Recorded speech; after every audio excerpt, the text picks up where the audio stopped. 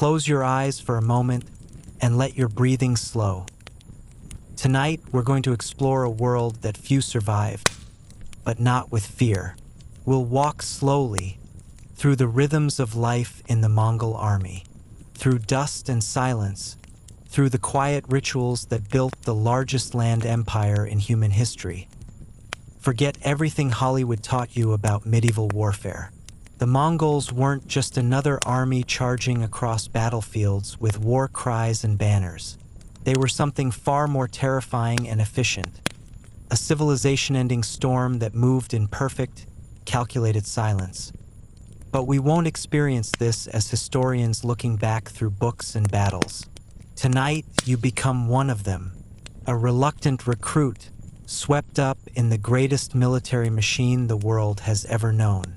You'll feel the weight of leather armor against your shoulders, taste the dust of 1,000 hoofbeats, experience the slow, methodical rhythm of conquest that built an empire stretching from Korea to Hungary.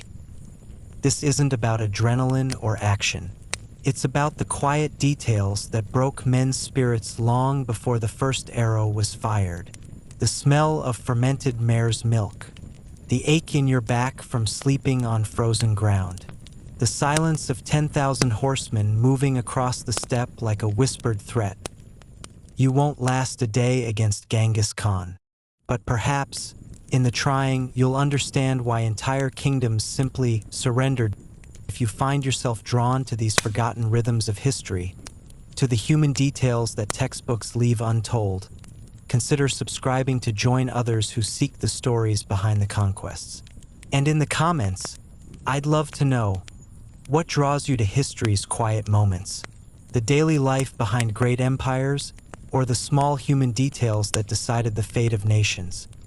If you find yourself drawn to these forgotten corners of history, to the human stories behind the conquests that shaped our world, consider subscribing to join fellow travelers seeking the paths less documented. And in the comments below, I'm curious, what draws you to the Mongol Empire? Is it their military innovations, their cultural tolerance, or perhaps the sheer scale of what they accomplished on horseback? Your thoughts help guide future journeys through history's shadows. If this story resonates with you, a gentle like helps others discover these quiet explorations of the past. If you find yourself drawn to these forgotten corners of history, to the human stories behind the conquests that shaped our world, consider subscribing to join fellow travelers seeking the paths less documented. And in the comments below, I'm curious, what draws you to the Mongol Empire? Is it their military innovations, their cultural tolerance, or perhaps the sheer scale of what they accomplished on horseback? Your thoughts help guide future journeys through history's shadows. If this story resonates with you, a gentle like helps others discover these quiet explorations of the past. Now settle deeper into comfort. Perhaps close your eyes. Let the modern world fade completely. Tonight, we ride with the greatest cavalry force in human history and discover why survival required more than courage. It demanded becoming someone entirely new. Let's Begin.it is the year 1220. And you have just awakened to a world that operates by laws you do not understand. The first thing that hits you is the smell. Not the pleasant, earthy scent you might expect from grasslands, but something more complex and challenging. Horse sweat mixed with yak butter, leather soaked in mare's milk, and the distinctive musk of felt that has absorbed months of wood smoke and human presence. You lie on a carpet of woven wool, rough against your cheek, in a structure that creaks gently in the morning wind. This is a gur, what the Russians will later call a yurt, and its circular walls rise around you like a portable fortress of felt and wood. Above your head, the dome opens to a smoke hole where pale morning light filters down, carrying with it the sound of an entire civilization stirring to life. But this is not a civilization as you know it. There are no stone buildings here, no planted fields stretching to the horizon, no roads or bridges or marketplaces.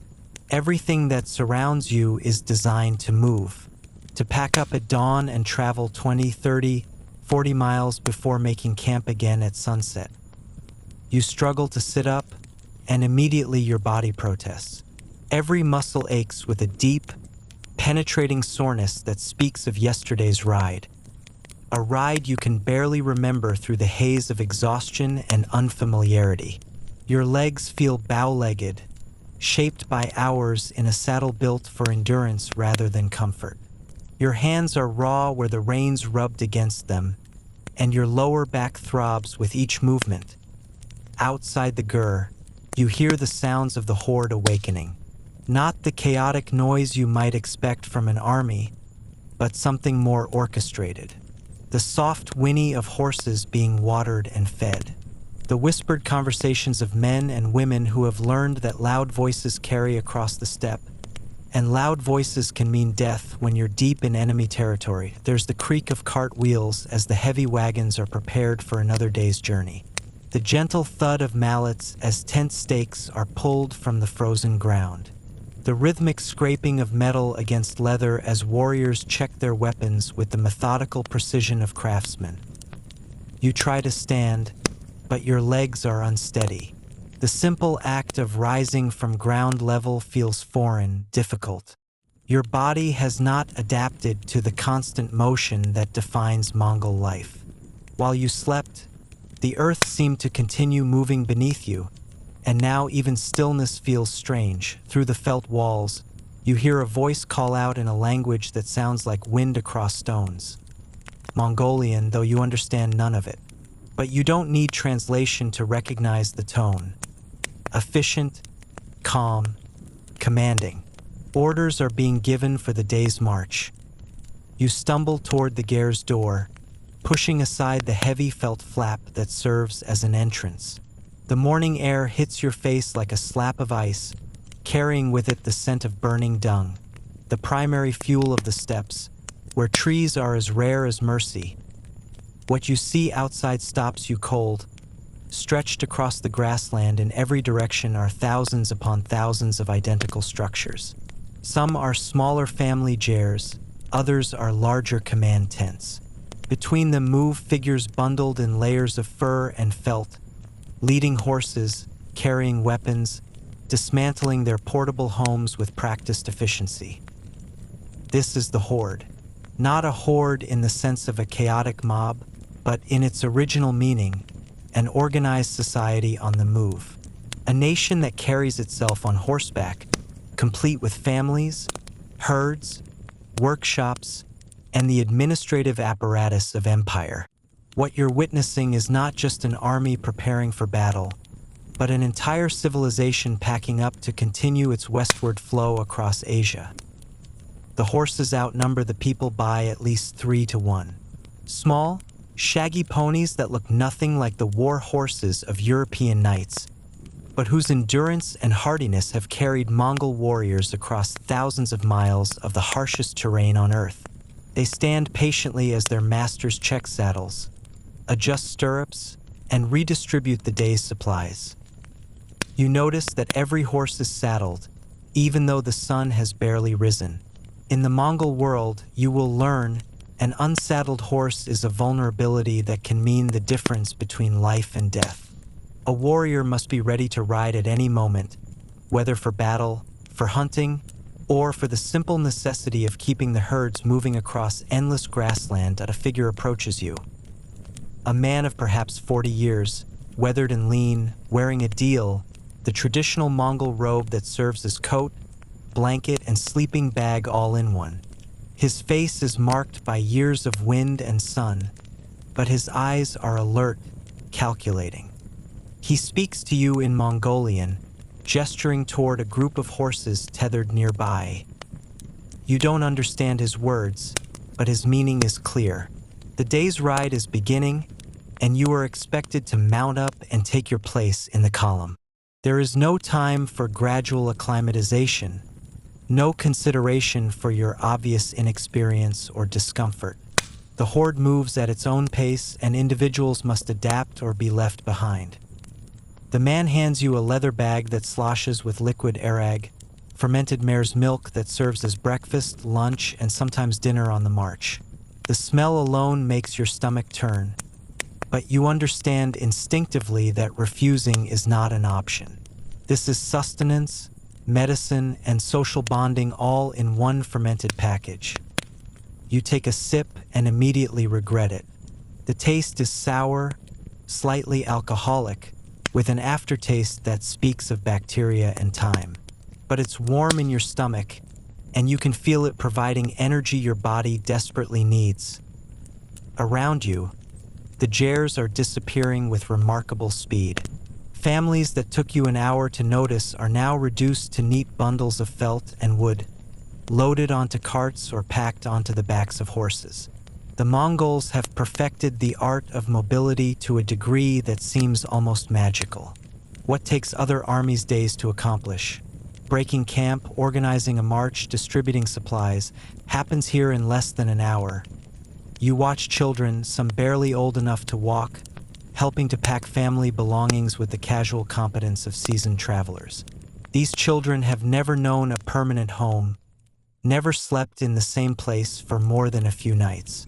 Their entire world is motion, and they navigate it with the confidence of those born to the saddle. An older woman approaches you with what appears to be clothing, layers of felt and fur designed to trap warmth and deflect wind.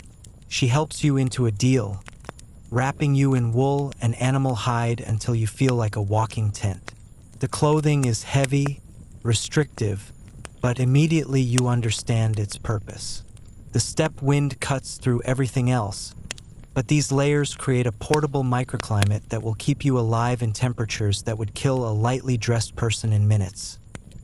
The sun climbs higher, but its warmth is deceptive. This is late autumn on the Central Asian steppe, and the wind carries the promise of winter in its bite.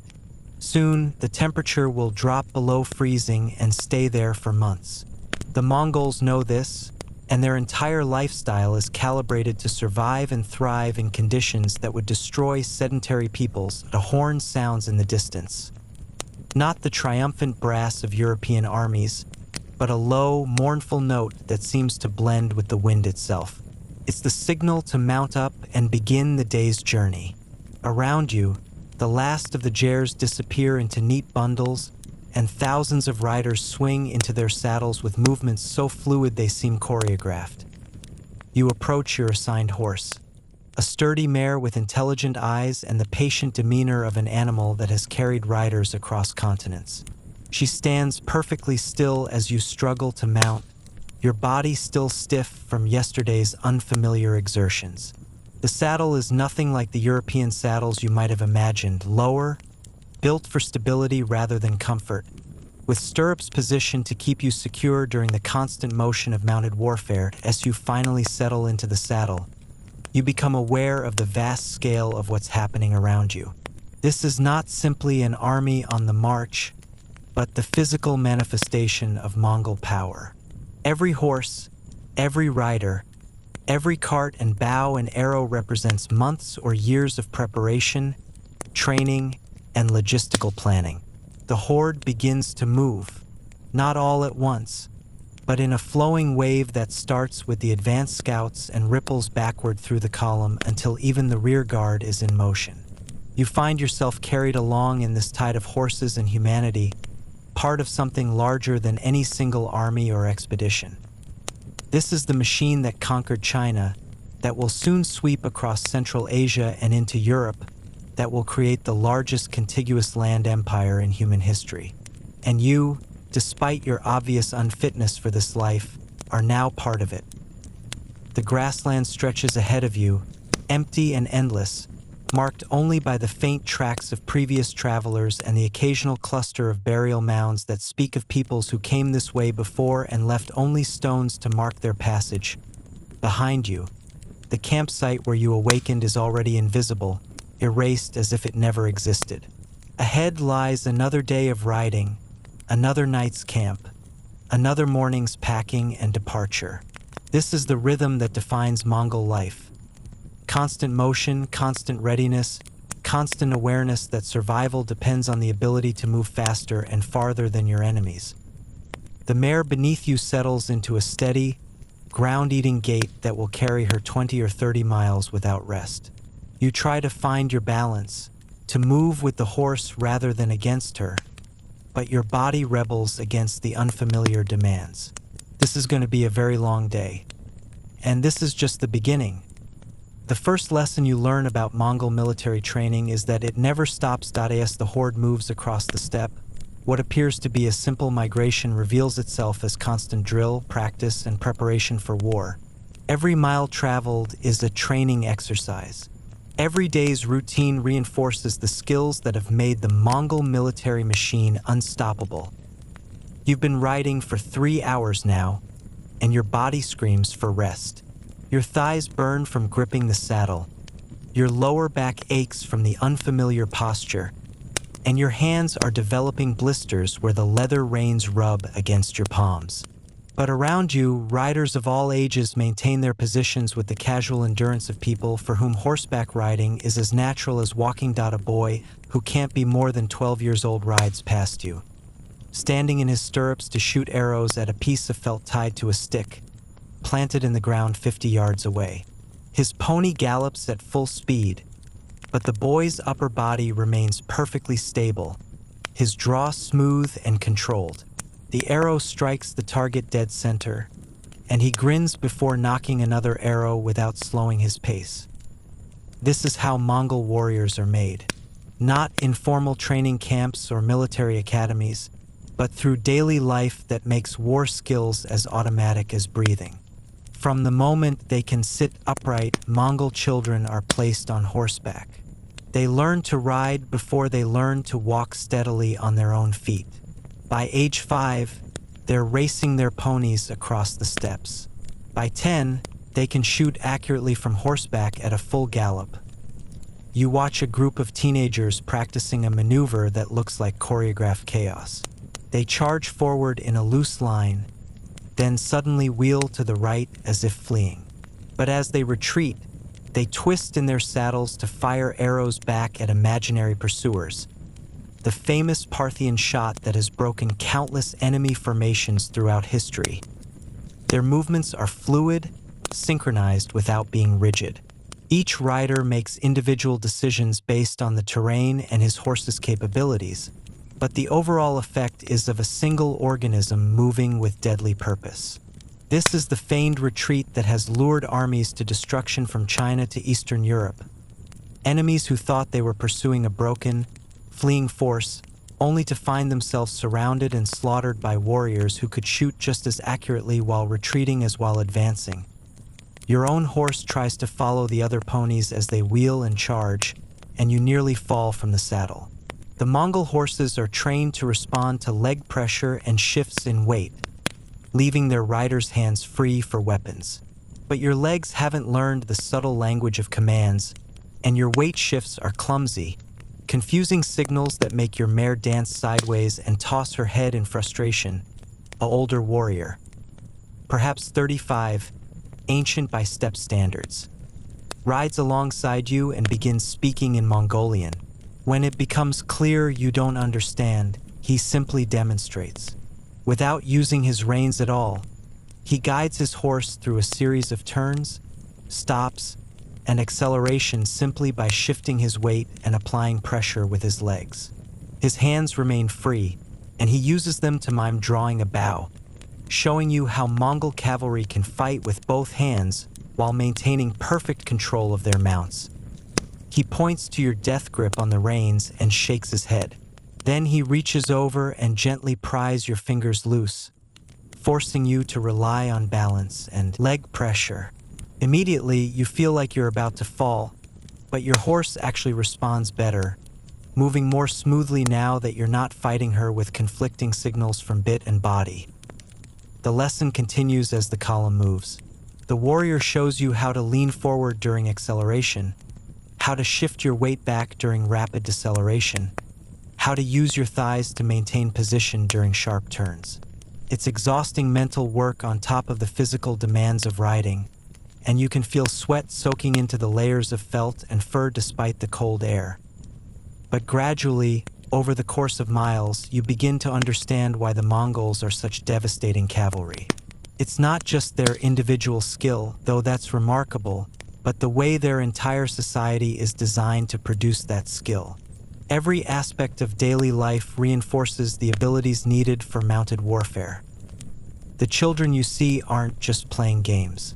They're developing the core strength, balance, and coordination that will make them effective warriors. The hunting parties that range out from the main column aren't just gathering food. They're practicing the coordination and communication necessary for military operations. Even the herding of livestock serves as training.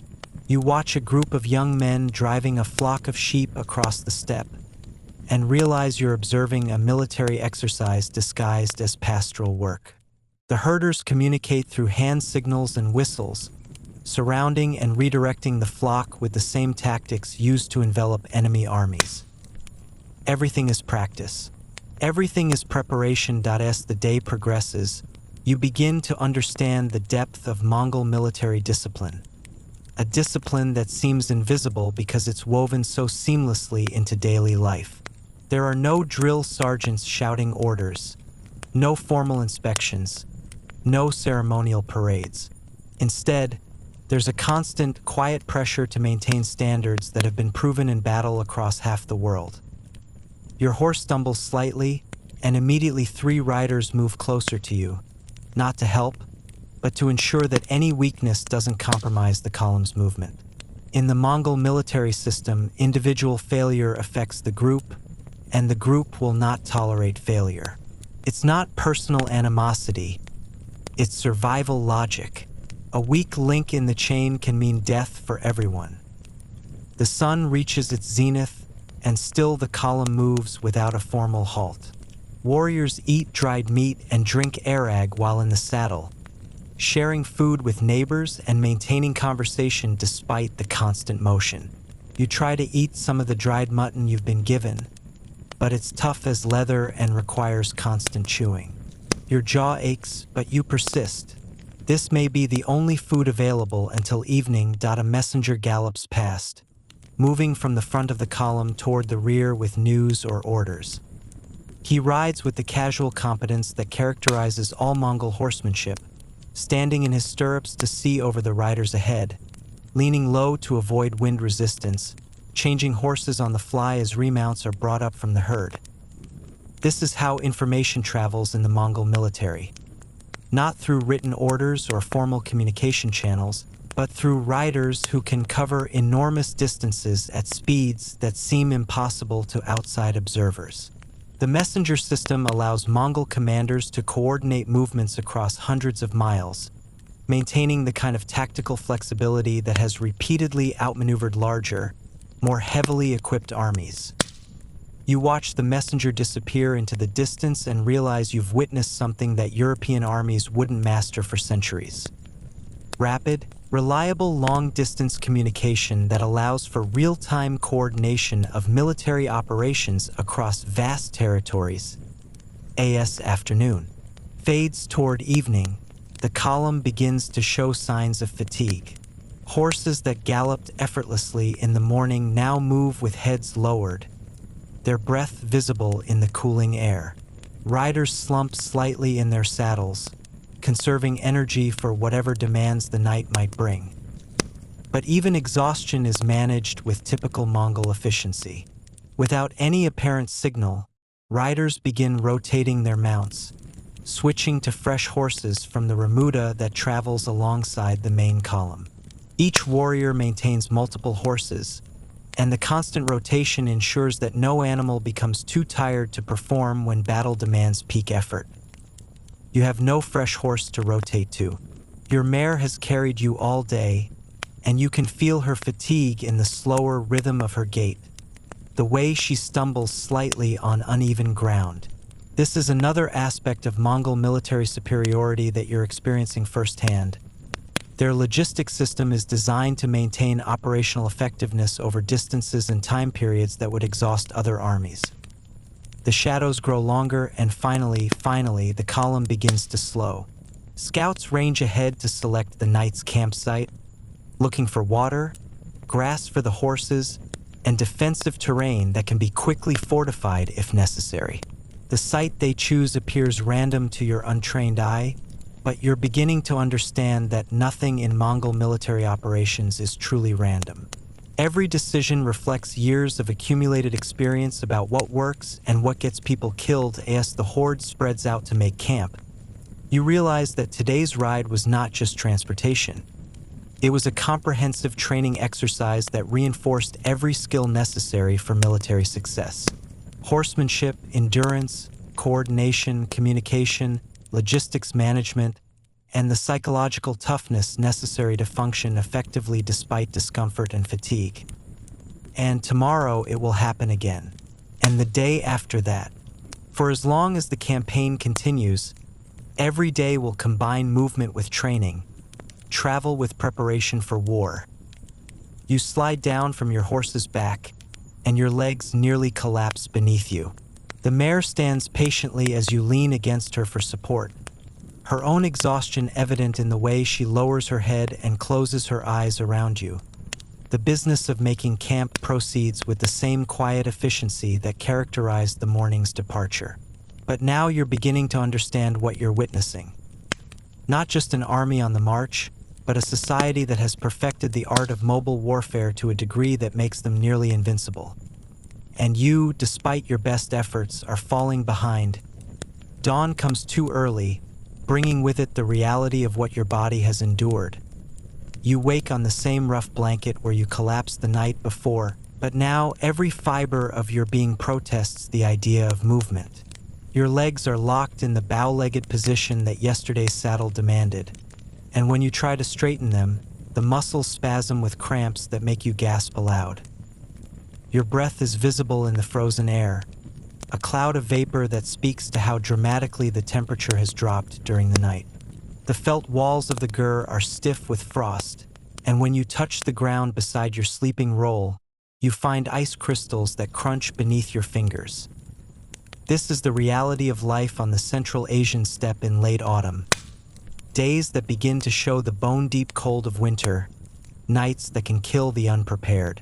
Your body, accustomed to shelter and warmth, rebels against conditions that the Mongols consider merely brisk. You struggle to sit up, and the movement sends waves of pain through your lower back, your shoulders, your neck. Every muscle that was asked to work in unfamiliar ways yesterday now makes its displeasure known. Your inner thighs are raw where they rubbed against the saddle leather, and you can feel the beginning of saddle sores that will only get worse with today's ride. Your hands are perhaps the worst. The reins have worn blisters on your palms that broke open during yesterday's ride, and overnight the wounds have stiffened into painful cracks that will reopen the moment you grip leather again. You try to flex your fingers, but they're swollen and clumsy, responding slowly to commands from your brain. Outside the gur, you hear the familiar sounds of the horde awakening, but now you recognize them differently. The gentle conversations that seemed merely quiet yesterday now strike you as the voices of people who have learned that too much noise can bring death from raiders or wolves. The efficiency of breaking camp, which appeared almost magical in its speed, now reveals itself as the product of desperate necessity. The knowledge that delay can mean being caught by enemies or whether a woman enters the gur carrying a leather bag of arag and a bowl of something that steams in the cold air. She's perhaps 25, weathered by sun and wind in the way that marks all steppe dwellers, but her movements have the careful economy of someone who understands that energy conserved in the morning might mean survival in the evening. The steaming bowl contains tea, not the delicate leaves you might know, but a brick tea boiled with yak butter and salt that creates a soup-like beverage designed to provide calories and warmth. The taste is unlike anything you've experienced, simultaneously bitter and fatty, with a texture that coats your mouth and throat. But the warmth is immediate and welcome, spreading through your core and providing energy your depleted body desperately needs. The woman watches you drink, noting how you struggle with the unfamiliar taste, how your hands shake as you hold the bowl. She speaks to you in Mongolian, her tone neither kind nor unkind, simply practical. When you don't respond, she mimes the act of dressing, pointing to the pile of felt and fur clothing that represents your protection against the elements. getting dressed becomes an ordeal. Your body resists bending and stretching, and the multiple layers of clothing required for steppe survival seem impossibly complex. First the basic deal, then the additional layers of felt and fur, then the boots that are more like foot-shaped bags designed to trap warmth rather than provide support. Each garment is heavier than you expect, and by the time you're fully dressed, you feel like you're wearing armor made of animal hides. The clothing restricts your movement, makes you clumsy, adds weight that your already strained muscles must carry. But when you step outside the gur, you immediately understand its necessity. The wind cuts across the steppe with the force of a physical blow, carrying ice crystals that sting your exposed face and make your eyes water. Without the layers of felt and fur, you would be hypothermic within minutes. This is clothing designed not for comfort or appearance, but for the fundamental requirement of staying alive in an environment that kills the unprepared. Your horse stands where you left her, covered with a blanket that's stiff with frost. She looks as tired as you feel, her head low, her usual alertness dulled by the demands of yesterday's march. When you approach, she doesn't move away, but neither does she show any enthusiasm for another day of carrying your inexperienced weight across the steppe. The saddle leather is frozen solid, resistant to the pressure of your hands as you try to adjust the stirrups and check the girth. Your fingers, already stiff from cold and injury, can barely manipulate the buckles and straps. What should be a 5-minute task stretches into a quarter hour of fumbling and frustration. Around you, Mongol warriors prepare their mounts with the smooth efficiency that characterizes all their activities. They've been doing this since childhood, and their movements have the automatic precision of people for whom horse care is as natural as breathing. They check hooves for stones, adjust saddles with quick, practiced motions, and rotate their mounts to fresh animals with barely a pause in conversation. You watch a boy who can't be more than 10 years old handling 3 horses with complete competence, checking their condition, adjusting their gear, and preparing them for the day's march. His movements are confident, economical, effective. He accomplishes in minutes what would take you an hour, and does it while maintaining awareness of everything happening around him.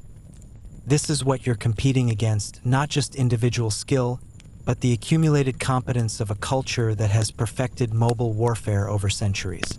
Every Mongol child grows up learning the skills you're trying to master as an adult, and they've had years to develop the physical conditioning that you're attempting to acquire in days.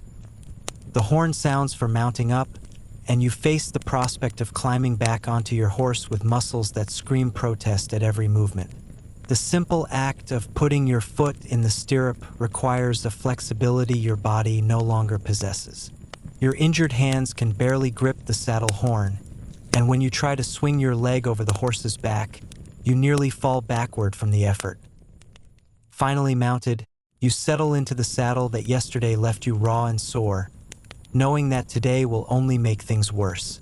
The leather that chafed your legs has dried overnight into a surface with the texture of coarse sandpaper. Your saddle sores, barely formed yesterday, will deepen today into wounds that may take weeks to heal. The column begins to move, and immediately you feel every step your horse takes as a jolt through your spine, your pelvis, your aching legs.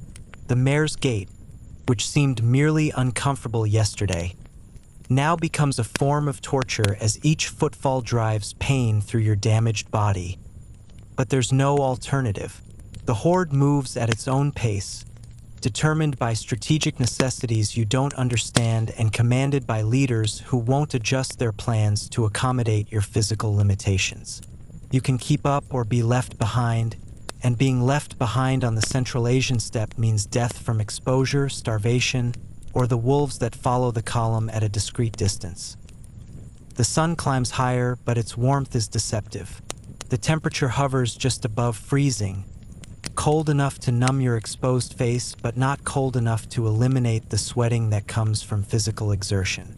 Soon you're simultaneously too hot and too cold, overheating inside your layers of clothing while your face and hands go numb from the wind.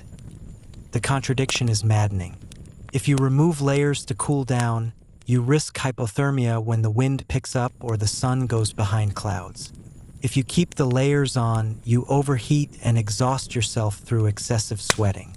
The Mongols around you seem to have found the perfect balance, but it's a balance that requires experience you don't possess. Your horse stumbles, tired from carrying an unbalanced rider who doesn't know how to distribute his weight properly. The stumble jars through your already abused spine, and you realize that your inexperience isn't just making you miserable, it's affecting your mount's performance as well.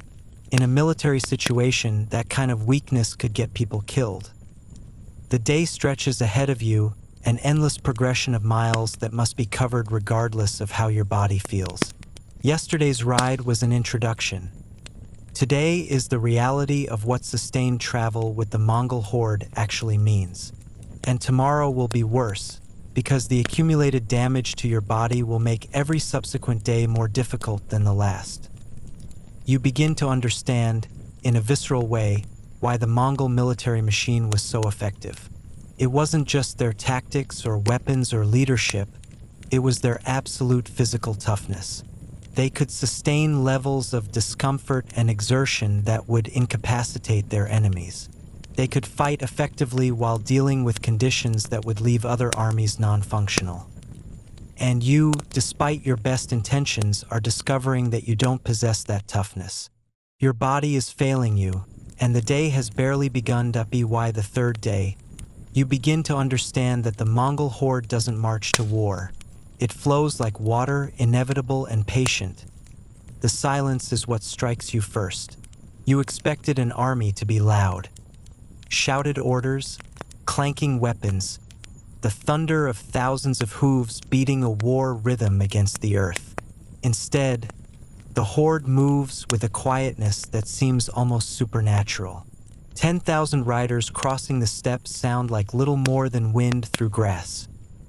The horses' hooves are muffled by the thick felt boots their riders wear, designed to reduce noise and prevent the animals from cutting themselves on frozen ground. The weapons don't clank because they're properly secured, wrapped in felt and leather to eliminate the metallic sounds that could betray an army's position to scouts miles away. Even the conversations are muted. Warriors communicate through hand signals, whistles so soft they could be mistaken for bird calls, and a system of flag movements that allows coordination across vast distances without raising voices above a whisper. You've learned to recognize some of these signals over the past days. A raised spear means halt. A horizontal sweep indicates a change of direction. The complex dance of pennants and banners carries information about enemy positions, weather conditions, and tactical adjustments with a precision that would be impossible through verbal commands. This is stealth warfare on a massive scale. The Mongols have perfected the art of moving large forces without detection, allowing them to appear where enemies least expect them, when those enemies are least prepared. It's a military innovation that gives them enormous tactical advantages, but it requires discipline that goes far beyond what other armies demand of their soldiers. Your own presence threatens this carefully maintained silence. Your horse moves differently than the Mongol ponies, her gait irregular because you haven't learned to ride with the unconscious balance that makes horse and rider into a single unit. Your equipment isn't properly secured, and small sounds, the creak of unfamiliar leather, the rustle of poorly fitted clothing, mark you as an outsider who doesn't understand the rules. Several times, veteran warriors have moved close to you, not to provide assistance, but to mask your noise with their own careful movements. It's clear that your inexperience poses a liability that the group is managing rather than tolerating. You try to observe and learn. You watch how the Mongol riders sit their horses, not the rigid, formal posture you might expect from cavalry, but a relaxed, adaptive position that moves with the animal's motion rather than fighting it. Their hands are light on the reins. Their legs maintain contact with their mount's sides without gripping tightly enough to cause fatigue. Most importantly, they're completely comfortable with weapons while mounted. The recurved bow that each warrior carries isn't just transportation equipment. It's an extension of the rider's body, as natural to handle as his own hands. You've watched men draw, aim, and loose arrows while at full gallop, hitting targets at distances that would challenge a stationary archer. The bow itself is a marvel of engineering that you're only beginning to appreciate. Shorter than the English longbows you might have heard of, but significantly more powerful due to its composite construction of horn, wood, and sinew. The Mongol bow can drive an arrow through armor at ranges that render enemy weapons ineffective, and its compact size allows it to be used effectively from horseback. You've been given a bow of your own, but carrying it proves more difficult than you anticipated. The weapon must be kept dry and protected from extreme temperature changes that could damage the complex lamination of materials. It requires constant attention, checking the string for wear, ensuring the grip remains tacky enough for reliable handling, adjusting for the effects of humidity and cold on the bow's performance. Actually using the weapon is beyond your current capabilities. Drawing the bowstring requires strength you haven't developed, and the technique of shooting from horseback demands coordination you don't possess. You've attempted to practice during rest periods, but your arrows fly wild, wasting precious ammunition that can't easily be replaced on campaign. The warriors around you don't mock your inexperience, but they don't provide instruction either. In the Mongol military system, competence is assumed rather than taught. Warriors are expected to arrive with skills already developed through years of hunting and riding. There's no time or patience for remedial training when the army is actively engaged in operations. Instead, you find yourself relegated to positions where your incompetence will cause minimal damage. You ride in the center of the column, surrounded by more experienced warriors who can compensate for your mistakes. You're given non-critical tasks: carrying extra arrows, managing spare horses, maintaining equipment under supervision. It's a humbling experience that drives home the enormous skill gap between yourself and the veteran campaigners around you. These men have spent their entire lives preparing for war, developing not just individual techniques but the group coordination that makes Mongol tactics so devastatingly effective. You begin to notice the subtle ways that information flows through the column. A scout returns from the advance guard and speaks quietly to a subcommander.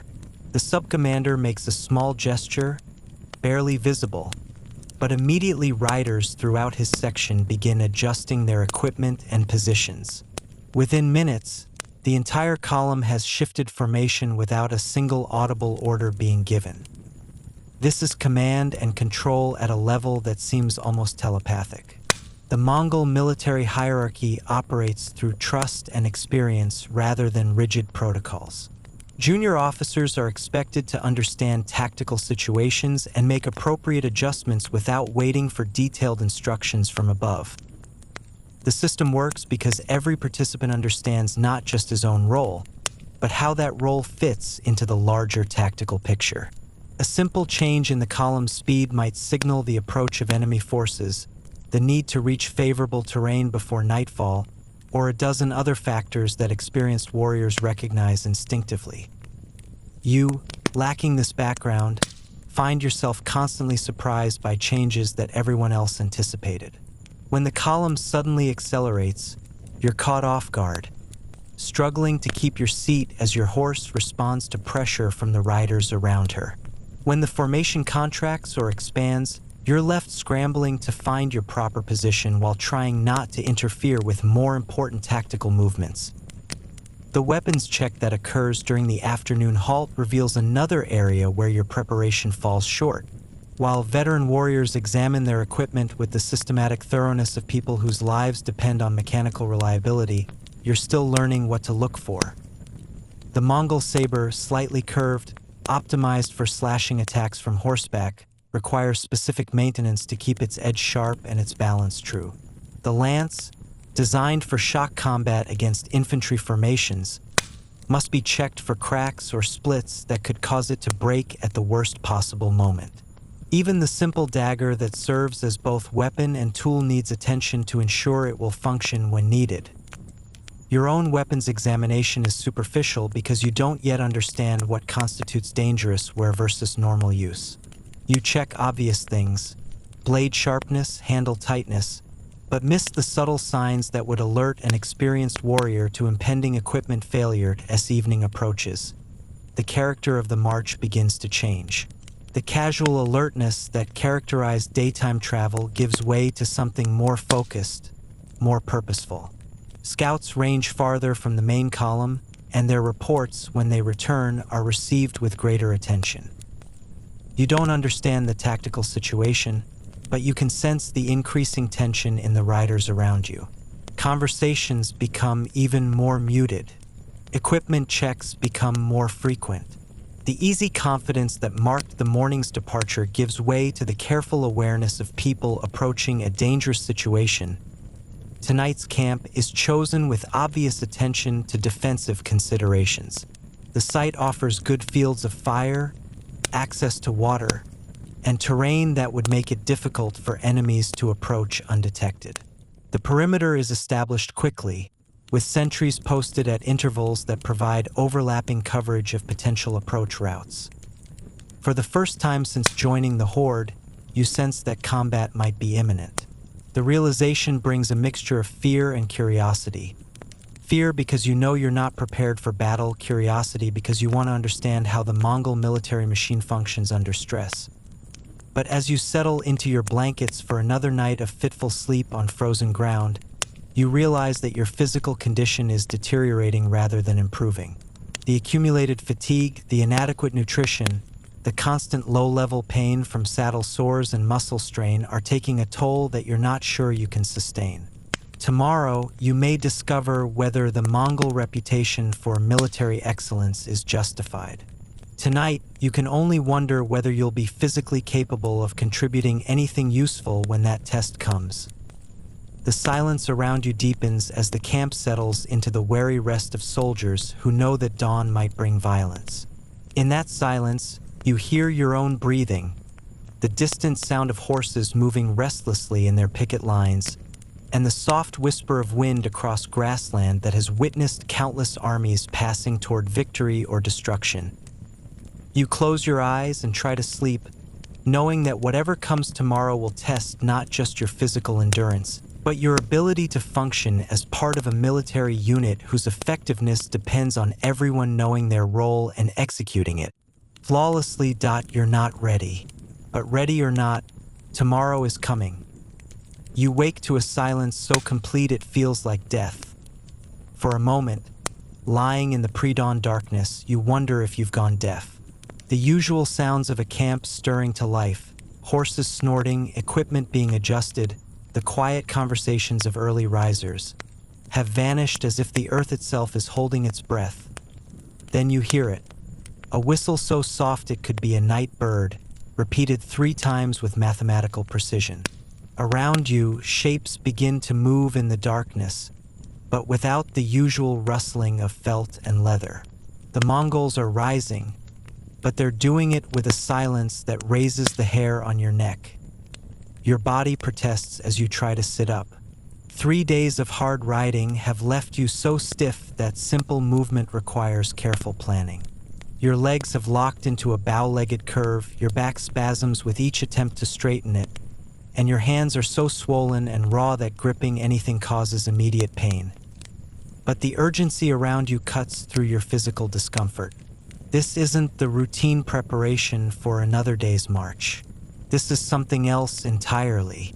Warriors are moving with the focused efficiency of people preparing for violence, checking weapons by feel in the darkness, adjusting equipment with movements so practiced they require no conscious thought.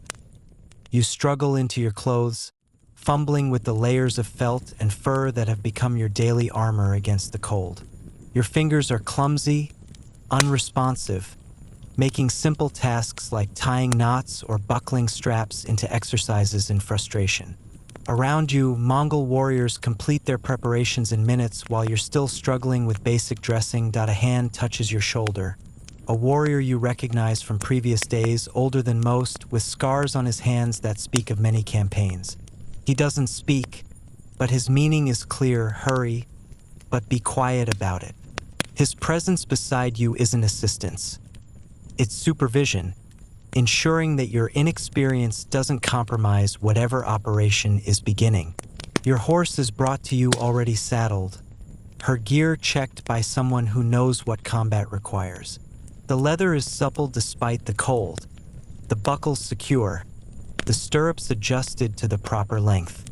Every detail has been attended to by hands more experienced than yours, because in what's coming, equipment failure could mean death. Mounting becomes an exercise in controlled desperation. Your stiff muscles resist the movements required to get into the saddle, and your injured hands can barely grip the leather. You nearly fall twice before finally settling onto your horse's back, already exhausted from the effort of simply getting mounted. The mare beneath you feels different, more alert, responsive to tensions you don't understand. Her ears swivel constantly, tracking sounds your duller senses can't detect. Her muscles are taut with readiness, and you realize that even the horses understand something is about to happen. The column forms up in near-complete darkness, warriors finding their positions through familiarity rather than sight. You can sense the presence of thousands of riders around you, but individual shapes are invisible in the pre-dawn gloom. It's like being part of a vast organism that moves by instinct rather than conscious command. Then, slowly, the eastern horizon begins to lighten. Not true dawn yet, but the faint gray that precedes sunrise. Enough illumination to reveal the scale of what surrounds you. The Mongol horde stretches across the steppe in formations that speak of tactical purpose rather than simple travel. This isn't a column on the march. This is an army deployed for battle. The realization hits you with physical force, tightening your chest and making breathing difficult. You're not just observing history, you're about to participate in it. The abstract knowledge that the Mongols were effective warriors is about to become visceral, immediate reality. A horn sounds in the distance, so low and mournful it seems to come from the earth itself. But this isn't the signal for a routine day's march. This is the call that has preceded the destruction of cities, the conquest of kingdoms, the reshaping of continents. The horde begins to move, but not with the steady pace of travel. This movement has a different rhythm, purposeful, predatory, like a wolf pack closing on prey. You find yourself carried along by forces you don't understand, part of a machine designed for conquest and perfected through decades of successful campaigns. Your position in the formation keeps you away from the forward elements where the first contact with enemy forces will occur. You're part of the supporting echelons, the follow-on waves that will exploit whatever the advance guard accomplishes. It's both protection and humiliation. Protection because you're not skilled enough for the most dangerous roles. Humiliation because your incompetence has been so obvious that commanders won't trust you with critical tasks. The sun rises, revealing terrain that explains the night's careful positioning. Ahead lies a valley where smoke rises from cooking fires, a settlement, unaware that death is approaching with the dawn. Beyond the settlement, dust clouds mark the movement of what can only be an army, still distant but closing on the same objective. This is it, the convergence of forces that will result in battle. The Mongols have maneuvered during the night to position themselves between the enemy army and its base of support, creating a tactical situation that gives them enormous advantages. It's the kind of strategic mobility that has made them masters of warfare across 2 continents. But understanding the strategy doesn't prepare you for the reality of what's about to happen. Your horse can sense your nervousness and responds by becoming more difficult to control, fighting the bit and dancing sideways when you need her to maintain position in the formation. Around you, veteran warriors check their weapons one final time. Bowstrings are tested for proper tension. Arrow points are examined for sharpness. Sword hilts are adjusted for quick draw. Every detail that could affect performance in combat receives attention, because experienced fighters know that small oversights become large problems when violence begins. Your own weapons check is superficial and inadequate. You test your bowstring, but you don't really know what proper tension should feel like. You examine your arrows, but you can't judge whether the fletching is properly aligned or the points are sharp enough for effective penetration. The saber at your side feels alien, its balance unfamiliar, its weight wrong for your untrained hand. The valley ahead grows larger as the horde approaches. You can see details now, the layout of buildings, the movement of people who don't yet realize their situation, the defensive positions that will prove inadequate against Mongol tactics. It's a settlement like thousands of others across Asia, about to learn why the very name Mongol has become synonymous with destruction. The enemy army is visible now, too. A dark mass moving across the valley floor, probably, rushing to defend the settlement from what they assume is a conventional attack. They don't yet understand that they're moving into a trap, that their attempt to protect their base will become the instrument of their own destruction.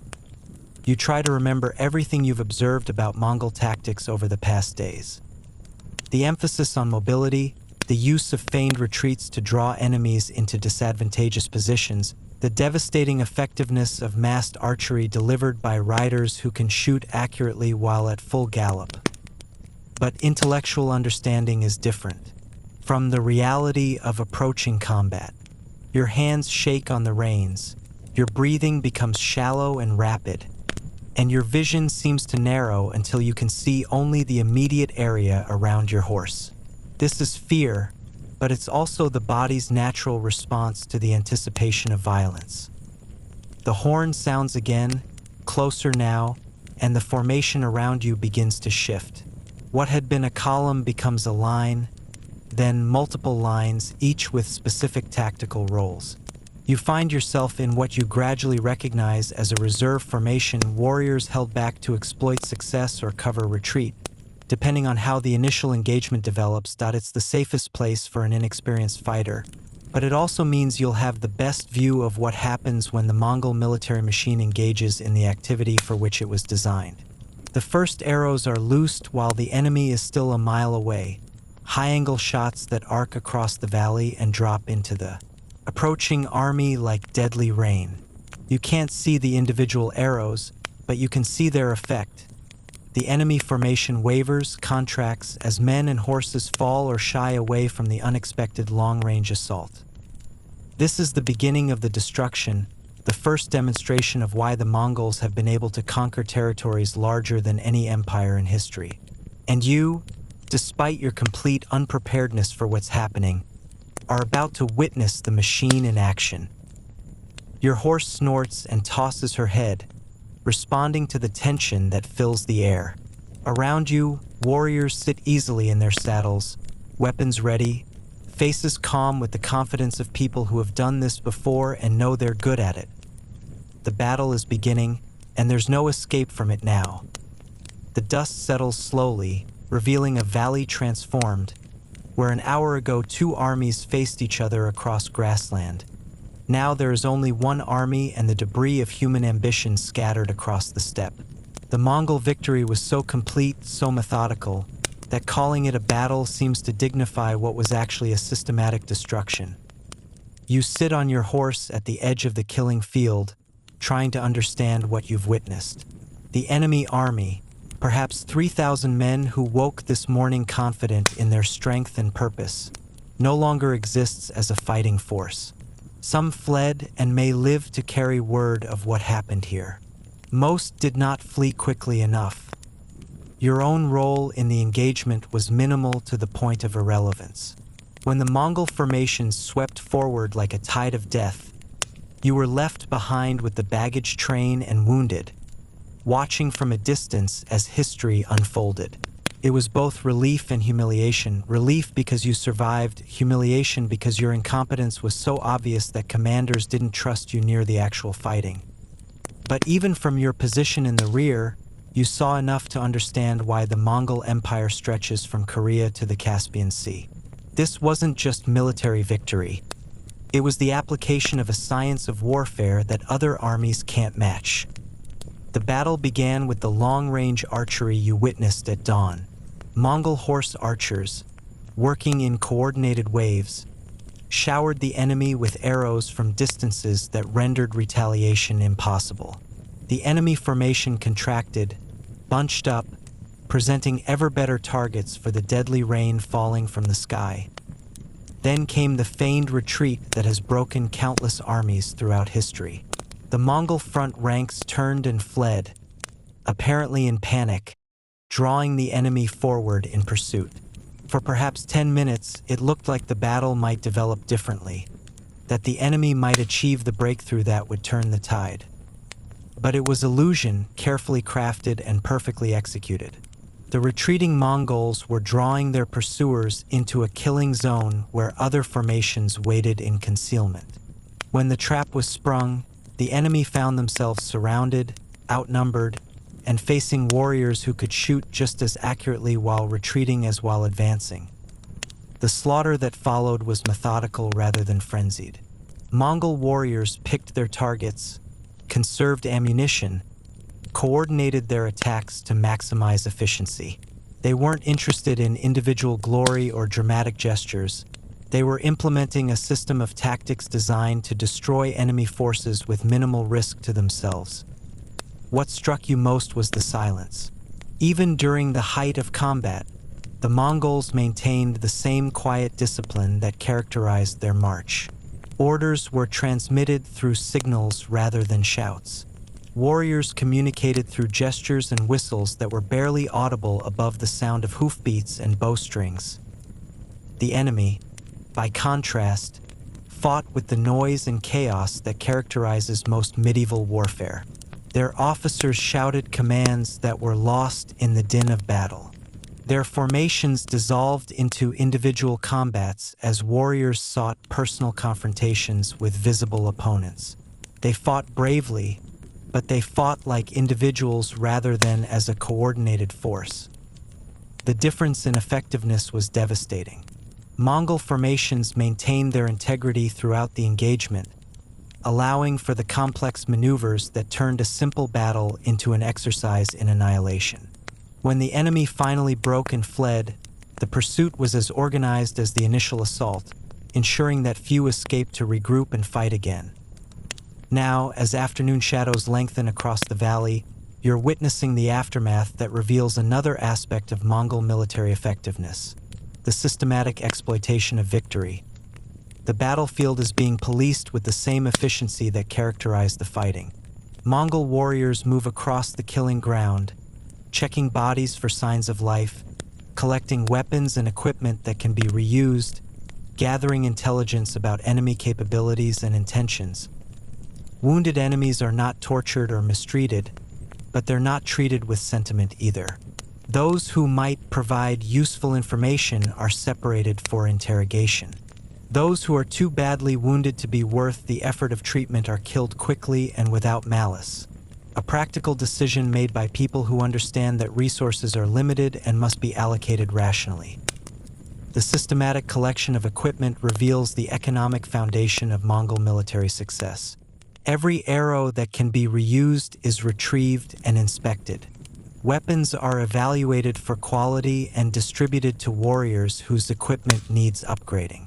Horses that survive the battle are examined and incorporated into the horde's remuda if they meet standards for military use. Nothing is wasted. The Mongols have perfected the art of turning enemy resources into instruments of their own continued expansion. Today's battlefield will provide the equipment necessary for tomorrow's conquests, creating a self-sustaining cycle of victory that feeds on itself. You watch a group of Mongol engineers examining the settlement that was the battle's original objective. They're not interested in looting or destruction for its own sake. They're evaluating the location's strategic value and resource potential. The settlement might be incorporated into the growing Mongol administrative system, its population relocated to areas where their skills are needed, its resources redirected to support continued military operations. This is conquest as systematic process rather than emotional outlet. The Mongols approach empire building with the same methodical efficiency they bring to warfare, creating administrative structures that can govern conquered territories while extracting the resources necessary for further expansion. But the human cost of this efficiency is evident across the valley. The dead lie where they fell, and they represent not just military failure but the destruction of families, communities, cultures. Each body had a name, a story, connections to other people who will mourn their loss. The Mongol military machine is devastating precisely because it's so effective at ending those stories. Your horse picks her way carefully across ground littered with the debris of human conflict. Arrow shafts, broken weapons, pieces of armor, and items of personal equipment create an obstacle course that speaks to the violence that occurred here. The mare steps carefully, avoiding objects that might injure her hooves, responding to your unconscious guidance with the patience that has characterized her behavior throughout your time with the horde. As the sun begins to set, the Mongol army prepares to resume its march. The victory here was tactical rather than strategic, one engagement in a larger campaign that will continue until its objectives are achieved. There's no celebration, no formal recognition of success, just the quiet satisfaction of professionals who have performed their jobs competently. The dead will be left for the scavengers that follow all armies. The wounded who can travel will be taken along. Those who can't will be left with enough supplies to either recover or die with dignity. The settlement will be evaluated and either incorporated, relocated, or abandoned based on its potential contribution to Mongol strategic objectives. And tomorrow, the horde will move on, seeking the next engagement, the next opportunity to apply the military science that has made them masters of the known world. You sway in your saddle, exhausted not from physical exertion but from the emotional weight of what you've witnessed. Your body, already pushed beyond its limits by days of hard riding, now feels the additional strain of sustained fear and adrenaline. Your hands shake as you try to adjust your reins, and your vision blurs with fatigue that goes deeper than simple tiredness. Someone leaves a blanket over your shoulders, a small act of practical kindness from a warrior who recognizes the signs of someone approaching collapse. No words are exchanged, just the brief contact of human recognition, one soldier acknowledging another's vulnerability. You pull the blanket closer and let your horse follow the column as it forms up for the evening's march. Your participation in the day's events was minimal, but you were present when history was made, when another piece of the world fell to the inexorable expansion of the Mongol Empire. The stars are becoming visible overhead, the same stars that have watched countless armies cross these grasslands, that will continue to shine long after the Mongol Empire itself passes into memory. Under their light, you ride deeper into a world that operates by rules you're only beginning to understand, carried along by forces too large and complex for any individual to control. Behind you, the valley fades into darkness, returning to the silence that characterized it before armies came to contest its possession. Ahead lies another day, another march, another test of your ability to survive in a military system that demands everything and offers only the chance to participate in the remaking of the world. You close your eyes and try to rest in the saddle, knowing that tomorrow will bring new challenges, new tests of endurance, new opportunities to discover just how unprepared you are for the reality of life with the greatest military force in human history. The days blur together now, a continuous rhythm of riding, fighting, and surviving that has become the only reality you know. You've lost count of how many settlements you've passed, how many armies the horde has scattered, how many times. You've watched the Mongol military machine demonstrate its devastating efficiency. What began as a shocking introduction to medieval warfare has become a grinding routine that wears down your body and mind with the relentless pressure of constant motion. Your physical condition has stabilized at a level of chronic discomfort that you've learned to accept as normal. The saddle sores that once seemed unbearable have become familiar aches that flare up each morning and settle into manageable pain as the day progresses. Your hands have developed calluses thick enough to grip reins without immediate agony, though they'll never again have the soft sensitivity they once possessed. Most importantly, you've learned to stay on your horse. The complex coordination required for mounted travel has become automatic through sheer repetition. Your body has adapted to the rhythm of your mare's gait, and you no longer fight her movements but flow with them. It's not elegant horsemanship. You'll never have the fluid grace of warriors raised in the saddle, but it's functional competence that allows you to keep up with the column's demands. But the deeper adaptation goes beyond physical conditioning. You're beginning to understand the intricate social structure that governs life within the horde, the unspoken rules and relationships that determine how resources are allocated, how decisions are made, how individuals find their place within the larger organism. The Mongol military isn't just an army, it's a complete society organized around the requirements of constant warfare. Families travel with the combat units, children grow up in the saddle, and every aspect of daily life reinforces the skills and attitudes necessary for military success. You watch a father instructing his 8-year-old son in the proper technique for fletching arrows, showing him how to select feathers, how to trim them for proper flight characteristics, how to attach them to the shaft with sinew and glue that will hold under the stress of combat. The lesson unfolds with patient repetition, the older man correcting small errors with the care of someone who knows his son's life may someday depend on the quality of his arrows. This is education in its most practical form, the transmission of skills essential for survival in a culture where warfare is not an occasional interruption of normal life but the central organizing principle around which everything else revolves. You observe a woman sewing repairs into a warrior's armor, her fingers working with quiet focus as she reinforces sections that show wear from recent combat. The armor itself is a marvel of practical engineering, layers of leather and metal scales that provide protection while maintaining the flexibility necessary for mounted warfare. But it requires constant maintenance, and the woman's work represents just one part of the logistical system that keeps the Mongol military functioning. Her movements have the unconscious precision of someone who has performed this task thousands of times, who understands exactly how much tension to apply to each stitch, which materials will hold under stress, how to distribute reinforcement to maintain the garment's balance and effectiveness. This is expertise developed over years of experience, passed down through generations of women who have kept warriors equipped and ready for battle.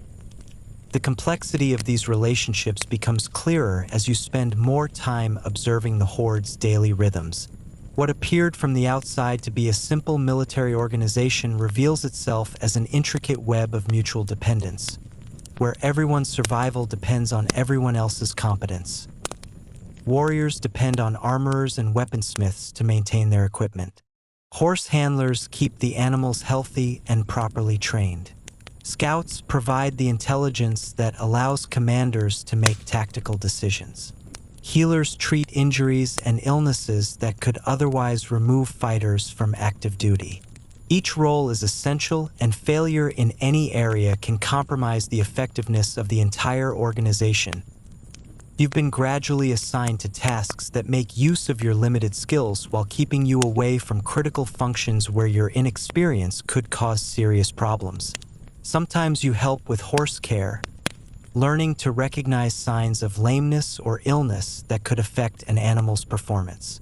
Other times you assist with equipment maintenance, holding pieces while more skilled workers make repairs. The work is often tedious, always important, and never glamorous. You spend hours cleaning, leather gear with oils that leave your hands stained and smelling of animal fat. You sort arrows by quality, separating those suitable for combat from those that can only be used for practice. You help process the constant stream of captured equipment that flows into the horde supply system from successful engagements. But the most profound education comes from simply watching how the Mongol system operates. You observe the quiet conferences between commanders as they analyze intelligence reports and plan movements that will position their forces for maximum advantage.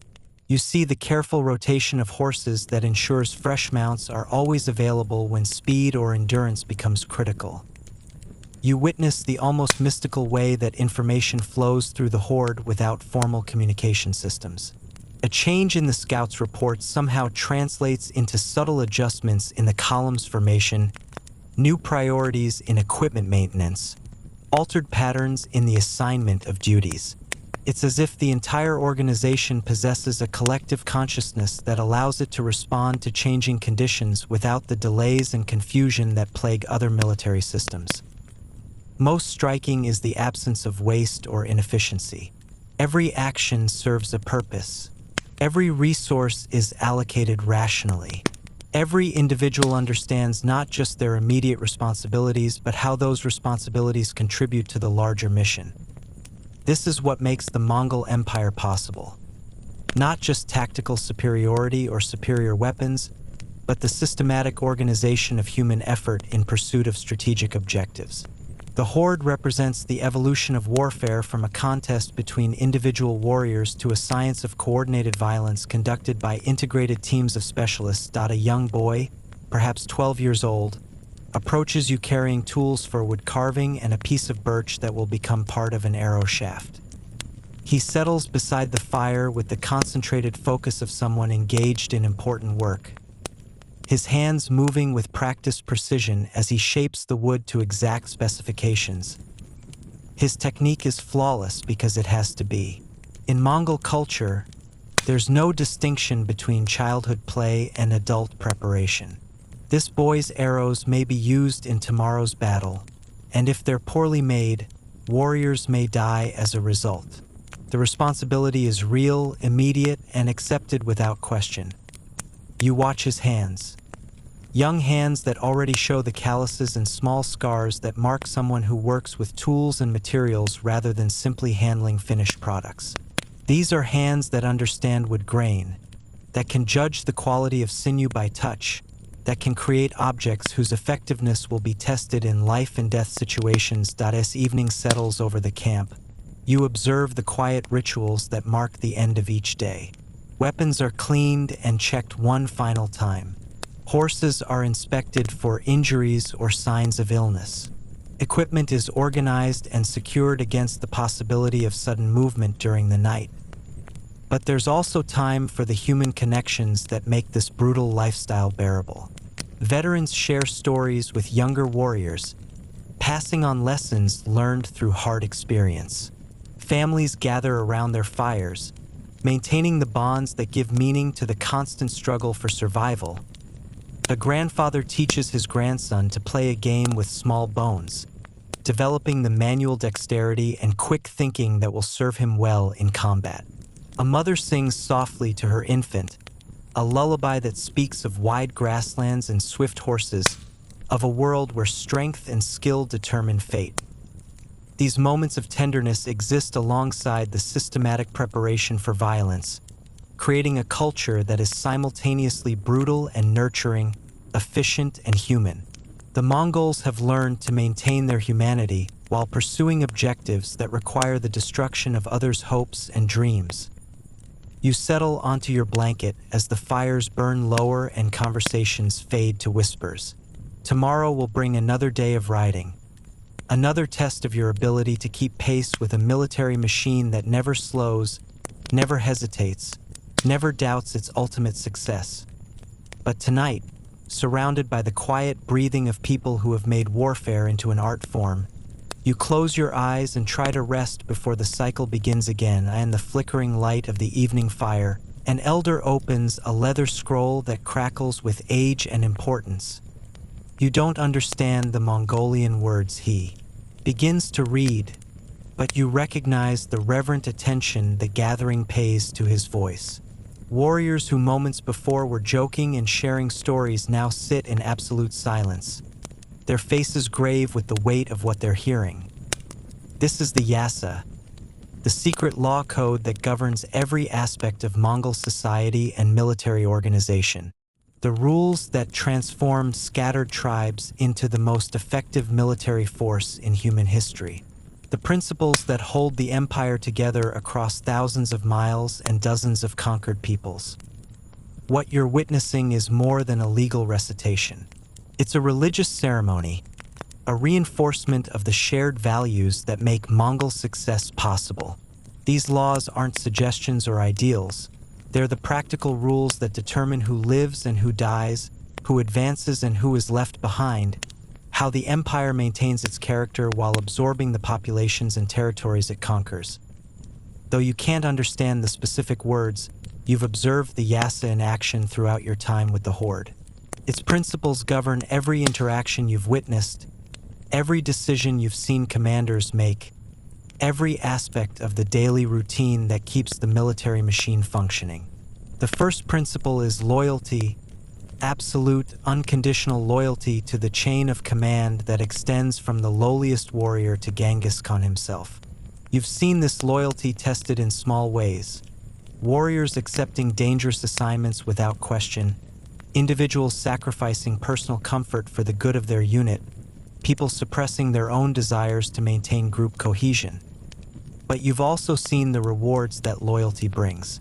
In the Mongol system, faithful service is recognized and rewarded with advancement, additional resources, and the protection of the community. A warrior who demonstrates reliability will be given greater responsibilities and opportunities. A family that contributes effectively to the Horde's success will receive preferential treatment in the allocation of resources. The system creates powerful incentives for cooperation while making the consequences of betrayal too severe to risk. You've heard stories, whispered around fires, passed from veteran to recruit, of what happens to those who violate the trust that holds the empire together. The punishments are swift, final, and public, serving as reminders that individual survival depends on collective success. The second principle is merit-based advancement. Unlike the European armies you might have heard of, where birth determines rank and peasants remain peasants regardless of their abilities, the Mongol system promotes based on demonstrated competence. You've observed this in action as skilled warriors from conquered populations are incorporated into leadership positions, as young Mongols prove themselves through successful completion of increasingly difficult assignments. This meritocracy creates a military organization where talent rises to positions where it can be most effective. Commanders earn their positions through success rather than inheritance, ensuring that tactical and strategic decisions are made by people who understand warfare rather than people who simply possess the right family connections. The third principle is collective responsibility. In the Mongol system, the actions of individuals reflect on their entire unit, and the unit as a whole shares in the consequences of individual behavior. You've seen this in the way warriors monitor and support each other, how problems are addressed before they become serious enough to affect combat effectiveness. If a warrior's equipment is poorly maintained, his comrades will assist with repairs rather than allowing the deficiency to compromise their shared mission. If someone is struggling with illness or injury, the group will adjust its expectations and workload to maintain overall capability. But if someone consistently fails to meet standards or violates trust, the group will isolate them with a completeness that makes survival almost impossible. This system of mutual accountability creates enormous social pressure to maintain high standards while providing support networks that help individuals overcome temporary difficulties. It's both more demanding and more forgiving than military systems based on individual responsibility, because it recognizes that combat effectiveness depends on group cohesion rather than individual heroics. The fourth principle is religious tolerance combined with spiritual discipline. The Mongols acknowledge many gods and spiritual traditions, allowing conquered peoples to maintain their religious practices as long as those practices don't interfere with military objectives. You've observed ceremonies that blend shamanistic rituals with Buddhist prayers, Islamic customs with traditional Mongol ancestor worship. But this tolerance has limits. Religious practices that promote division within the Horde, that create competing loyalties, or that interfere with military discipline are suppressed without sentiment. The Mongols understand that spiritual beliefs can be powerful motivators, but they insist that those beliefs support rather than undermine the empire's objectives. The fifth principle is the systematic organization of knowledge and technology. The Mongols don't simply conquer territories. They absorb and improve upon the best practices they encounter. You've watched Chinese engineers working alongside Persian architects and Arab mathematicians, all contributing their expertise to projects that advance Mongol capabilities. This intellectual openness gives the empire access to the accumulated knowledge of every civilization it encounters. Military techniques, administrative practices, technological innovations, and cultural insights all flow into the Mongol system, where they're evaluated, adapted, and implemented if they prove useful. The sixth principle is the careful balance between terror and mercy. The Mongols use fear as a weapon, but they deploy it strategically rather than randomly. Cities that surrender are treated with relative leniency, their populations relocated but not massacred, their resources incorporated into the empire's growing strength.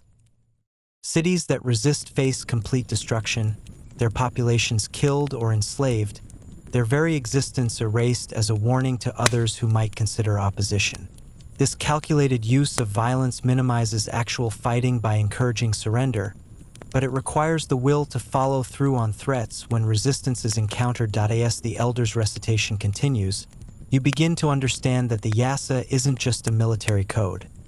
It's a complete philosophy of governance that addresses every aspect of organizing human effort for maximum effectiveness.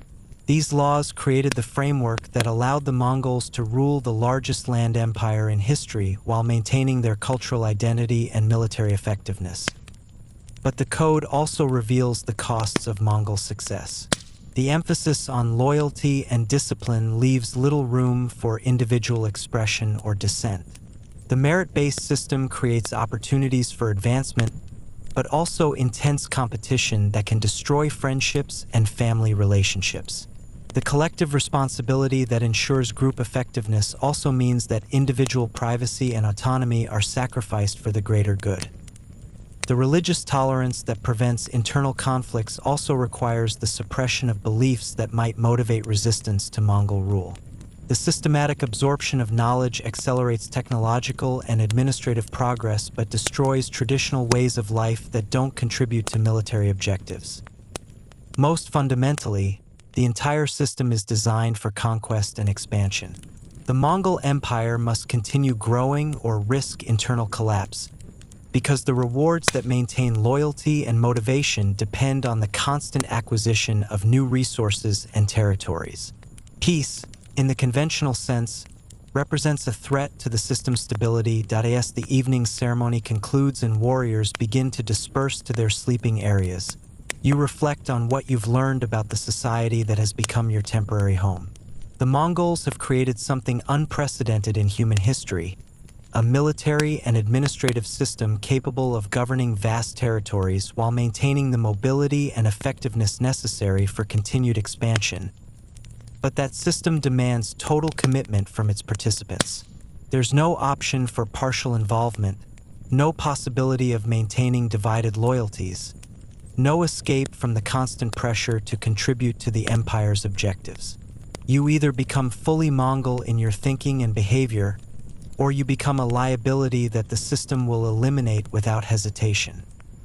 The fire burns lower as you settle onto your blanket for another night of fitful sleep. Around you, the quiet breathing of people who have internalized these principles creates an atmosphere of disciplined rest. Even sleep is organized around the requirements of military readiness.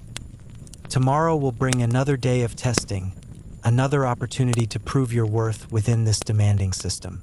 Tonight, you can only wonder whether you have the strength and adaptability necessary to survive in a world governed by laws that make success possible but failure fatal. You see him for the first time at dawn, a figure on horseback silhouetted against the rising sun. Genghis Khan appears smaller than you expected, not the towering giant of legend, but a compact, weathered man who sits his horse with the casual competence that marks all steppe riders. There's nothing in his appearance that immediately explains why his name has become synonymous with conquest, why entire kingdoms surrender at the mere rumor of his approach. But as he moves closer, you begin to understand the source of his power. It's not physical intimidation. It's the absolute stillness that surrounds him, the sense that every movement is calculated, every gesture deliberate. He observes everything and reveals nothing, his face a mask of controlled intelligence that gives no hint of his thoughts or intentions. The effect on the warriors around him is immediate and profound. Conversations die to whispers. Movements become more precise, more careful. Even the horses seem to sense his presence, standing straighter, responding more quickly to their rider's commands. This is leadership distilled to its essence, the ability to command through presence rather than words.